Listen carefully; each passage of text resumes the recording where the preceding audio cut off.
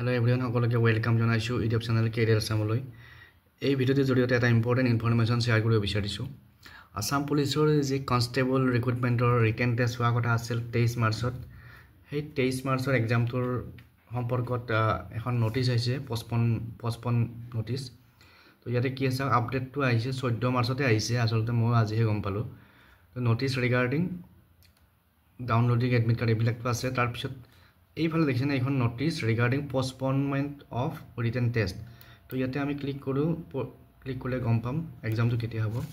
তো এইখন notice reference issued number ইমান regarding holding of written test and downloading admit card of the candidates in connection with recruitment for constable ABUB equivalent post in Assam Police and other departments.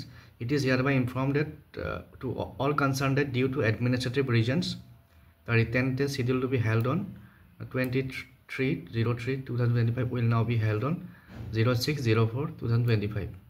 06/04/2025. April মাহৰ 6 তাৰিখে 6 এপ্ৰিলত পৰীক্ষাটো অনুষ্ঠিত হ'ব।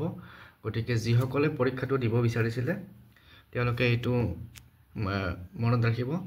Written টেষ্টটো 23 তাৰিখে নহয়, ৰিটেন টেষ্টটো হ'ব 6 এপ্ৰিলত। গতিকে এইখন এখন ইম্পৰ্টেণ্ট নটিচ আৰু এডমিট কাৰ্ডবোৰ আপোনালোকে পাব 1 এপ্ৰিলৰ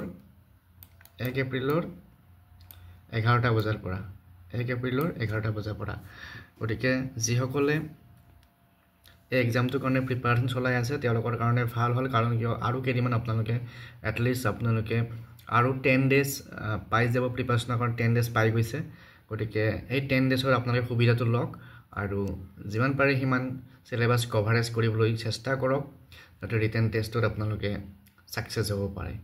গতিকে এই ভিডিঅ'ৰ মাধ্যমেৰে এই ইনফৰমেশ্যনটো শ্বেয়াৰ কৰিলোঁ আৰু অকণমান দেৰি হ'ল, তাৰ কাৰণে ক্ষমা প্ৰাৰ্থী। আৰু এই নটিচখন আহিছে 16 তাৰিখে 16 মাৰ্চত, অৰ্থাৎ আজি আহিছে। গতিকে যথেষ্ট ইম্পৰ্টেণ্ট নটিচ। যিসকলে চেনেলটো এতিয়ালৈকে ছাবস্ক্ৰাইব কৰা নাই ছাবস্ক্ৰাইব কৰি ল'ব এনেকুৱা ধৰণৰ জব ৰিলেটেড ইনফৰমেশ্যনৰ কাৰণে। পুনৰ লগ পাম। Thank U.